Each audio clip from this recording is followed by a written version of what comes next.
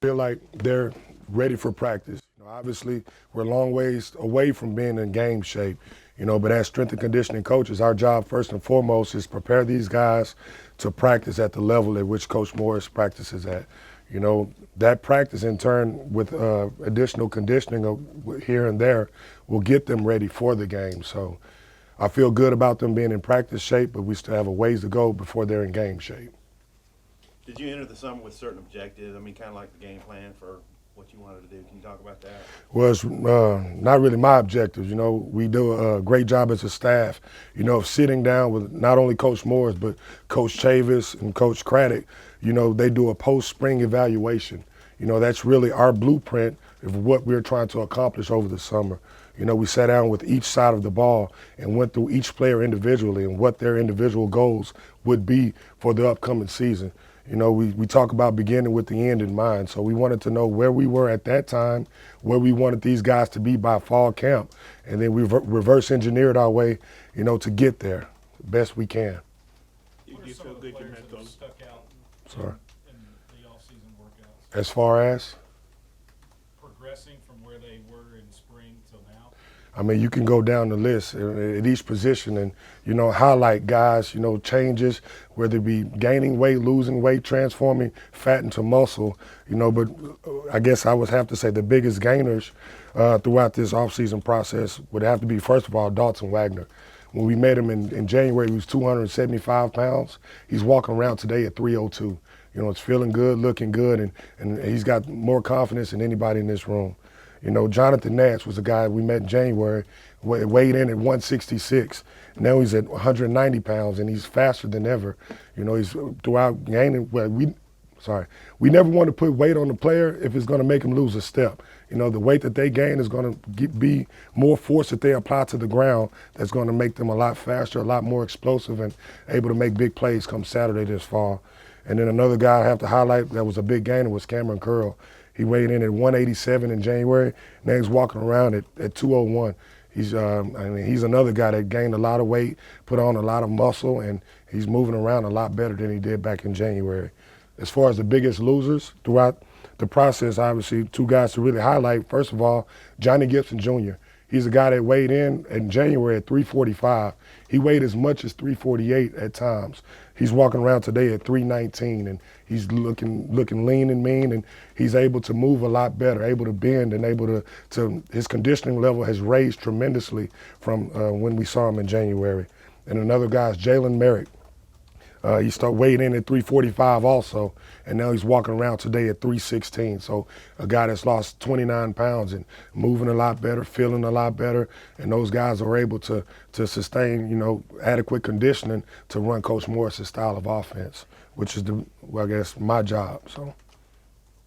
Seemed like the last year's team had an inordinate amount of foot injuries. Did that get researched, and are you all trying to look at things maybe to correct some of the problems they have with so many injured, foot injuries, broken feet last year? Okay, yeah, we kind of looked into that. Foot injuries can happen because of a number of different reasons. So not necessarily understanding what they did from a training standpoint, but just know that that's something that has been an issue in the past. So we have implemented things within our off-season training program to where our cool down is what we call the Barefoot cool down, to where the guys will do a series of movements where at the end of the workout we take their shoes off and make them do a series of movements barefoot. As well as that, within the workout, we do, what we call barefoot injury prevention exercises. So on unstable surfaces, whether it be an Eric's pad or a Bosu ball, making those tiny, small intrinsic muscles do what we call propriocept. If you think about a shoe has a nice hard sole on it, so it inhibits your foot's natural ability to propriocept. So by removing that shoe, removing that stable surface, putting you on something unstable, we're training those tiny, small muscles. So is it going to fix the problem? I can't stand up here and say that, but we are being proactive in how we approach it. Drew, how do you think the linemen have done overall in the conditioning program, given, you're trying to get where these guys have a wider stance based on what they're going to do in Coach Morris's offense? I think that they've bought in. They've truly committed, and honestly, that group led by Yelda Froholt, who's a phenomenal leader, one of the best leaders I've had the opportunity to work with. he brings it every single day. He demands so much from that group just so it makes our job easy as coaches. So when you have a guy like that leading that group, and really demanding their best every single day, you don't want to let that guy down. So that's really raised the bar across the board for everybody in that offensive line room. And yeah, it was difficult for them to adjust to in the beginning, but they've slowly but surely made progress. We had our conditioning test the last week of the summer, and all of those guys made it. When they made it, we all celebrated just like we won a national championship, just because those guys invested, changed their bodies, changed their mindsets, and truly committed to our standard, which is best, in order to be where they are today. What would all that conditioning test cover?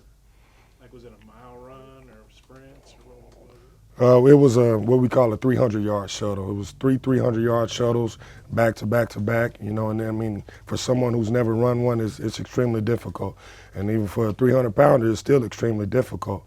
But the thing is, like, we knew that going into it. They hadn't ran it all summer, but, that was our test at the end. So for those guys to encounter something that was brand new to them, putting your best effort forward, they were all able to overcome it.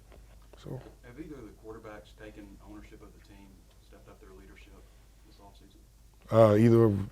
Give me an example of what you mean either or. Just leading everybody. Well, those guys, they do a great job of leading in their own ways. I can't identify just one guy who's stepped up and taken ownership, just because, they all have, at different points of the summer, have had to take the reins and have had to get each side of the ball, I guess on the right track. But for one guy to say he separated himself, no, I can't do that. And plus, that's not my job. True, if I remember in spring, coaches wanted Cole to lose a little bit of weight. Where does he stand going into camp? As of right now, he weighs 258 pounds, but really with Cole Kelly's training throughout the summer, our focus was his core, his core strength. Being such a tall, long guy, we really want to emphasize, his core strength, because anything that you try to build on top of anything that doesn't have a strong core, it won't sustain. I gave the analogy of, having a strong upper body and a strong lower body with a weak core is like having two pieces of stainless steel connected with aluminum foil.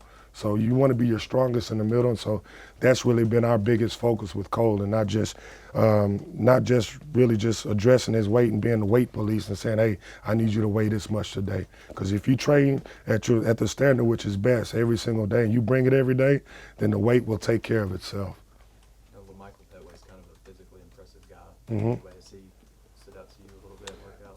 Absolutely. And Michael Petway, he actually dropped, let's see here.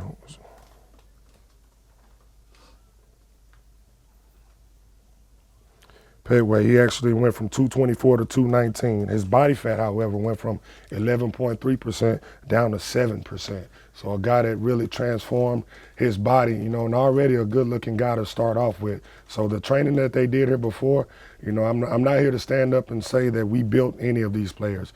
They had a great program before. Those coaches did an outstanding job of developing these guys. So all we did was simply come in and introduce a new training style and try to enhance what was already built. So for him to transform within the 7-month period and drop 4% body fat and keep his weight the same is really a credit to his work ethic and what he invested over the offseason.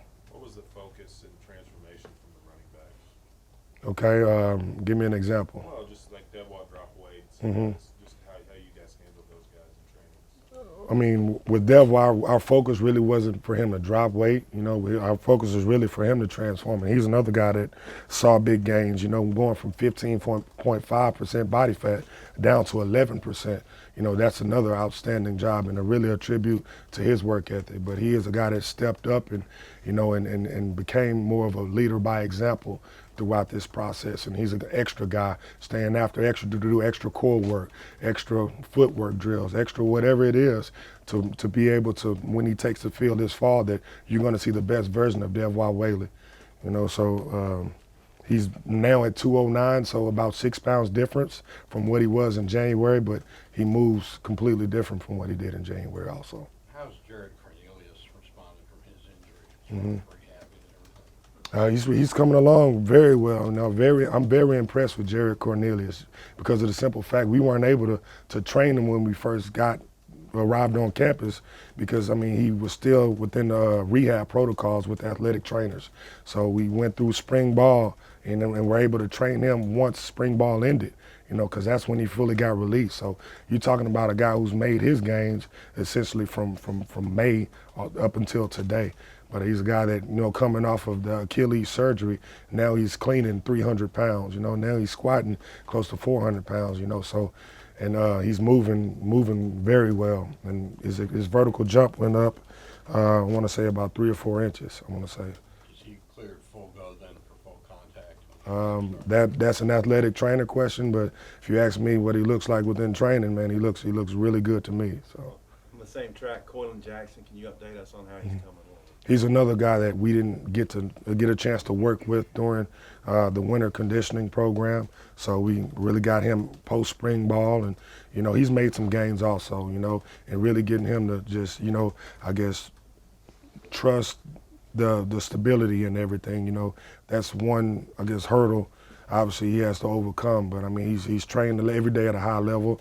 Let us know when something's bothering him to where we can make modifications, but those are very few. But he's a guy that brings it every day. So. What about the freshmen? I imagine it's a shot jumping into the college weight program for them. How they adjusted and progressed? Surprisingly well. You know, this is a group of mature young men. I would, you know, obviously highlight, you know, guys like Silas Robinson. You know, he's emerged as the leader of that group whenever they're in orientation, freshman orientation, and they may be running a few minutes behind to a lift. He'll be the guy to, hey, coach, they still have us over here at orientation. Is it okay if we're a few minutes behind? And, you know, just that level of maturity. You know, obviously being a coach's kid, he understands the game, and, you know, his transition has been a smooth one. But also guys that have been here since January, and Isaiah Nichols and Bumper Poole, those guys have seen significant gains within the program, and you know hadn't showed up on any list. And for those guys to essentially be seniors in high school and let alone learning everything their freshman year in college, you wouldn't be able to tell the difference between those guys and guys that have been here for 2 or 3 years. You pointed out a couple of guys on the body fat drop. Mhm. Are there any other examples of that? Because you kind of went through the weight guys, but what about body fat guys? Oh yeah, I would say the biggest changes, obviously outside of LaMichael and Devois, the biggest change that we had was Brian Wallace. Brian Wallace is a guy who weighed 323 pounds in January, and he weighs 320 pounds today. But he dropped 5% body fat, so he essentially lost 16 pounds of fat and put on 15 pounds of muscle. You know, so 14 pounds of muscle. Sorry about that, but. His body, if you look at him, the before and after pictures of him, he looks completely different. So, does that answer your question? His body fat went from what to what? 25.5 to 20.3.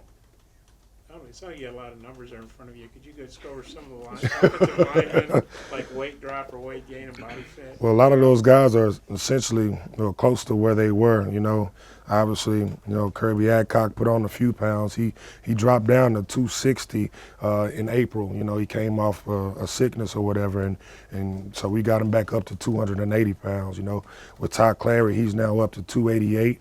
You know, he'll be 290 by the time we report on Thursday. Shane Clennon's up to 302. He's put together a solid summer. If I had to pinpoint one guy who's really made gains across the board in that O-line group, Shane Clennon would be at the top of that list. Yelda Froholt, you know, he's a guy that was a complete. If you had to tell me to describe you an SEC offensive lineman, it'd be Yelda Froholt. So a guy that when we came in was already pretty well developed at 315 pounds and 23.3% body fat. You know, now he's 310. You know, and walking around at 21% body fat. So a guy that's already, you know, reached pretty close to where he'll be at his peak. You know, make that significant of a gain is really impressive and speaks to what he's done over the course of the offseason. Like we already talked about Johnny, Tyler Hall's at 295, Dylan Hayes is at 294, Audrey Horn is at 290, the Deion Malone is at 293, and Silas Robinson is at 304, you know, down from 321 when he arrived in June or May. And then Dalton Wagner, like I said, is up to 302, and Brian Wallace is still 320. How about Colton Jackson? I don't think you mentioned him. Yeah, he's still right around 300. So he fluctuates between 300 and about 302. So. Is his body fat changed significantly? It's close to the same, you know. It's not. He wasn't an overly fat guy to begin with, so he's right there at that close to 20% mark. What about speed gains? Do you guys track that? We do. We don't run 40s. We run 40s in the winter. I don't feel comfortable running in the summer just because you run the risk of pulling a hamstring injury. And the last thing I want to tell Coach Morris is that a guy's out for 6 weeks because I wanted to see how much he gained in the 40-yard dash.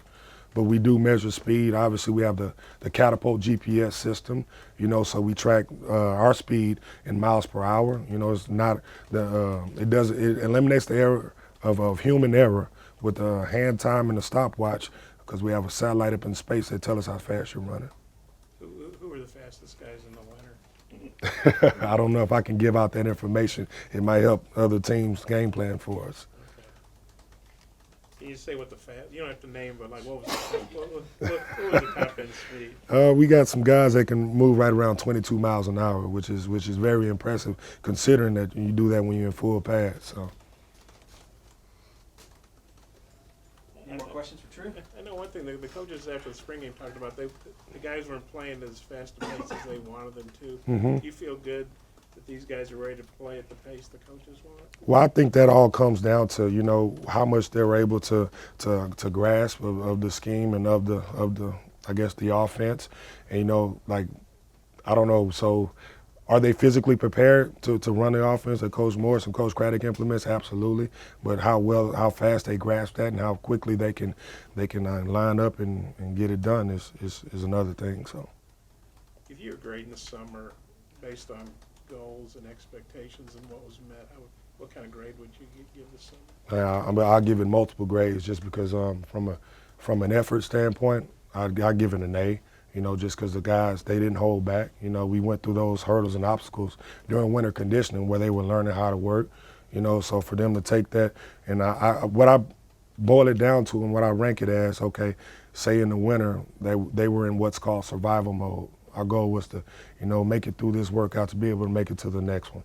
You know, then after that they graduate into, okay, let's get better mode, you know, and, you know, so they're embracing the process, embracing the grind, and, you know, for them to do that day in and day out, you know, it really showed as the summer progressed.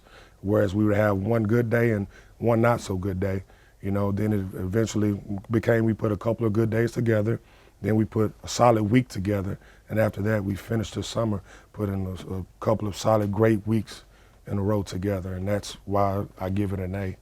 Is because, I mean, it's not where you start, essentially it's where you finish.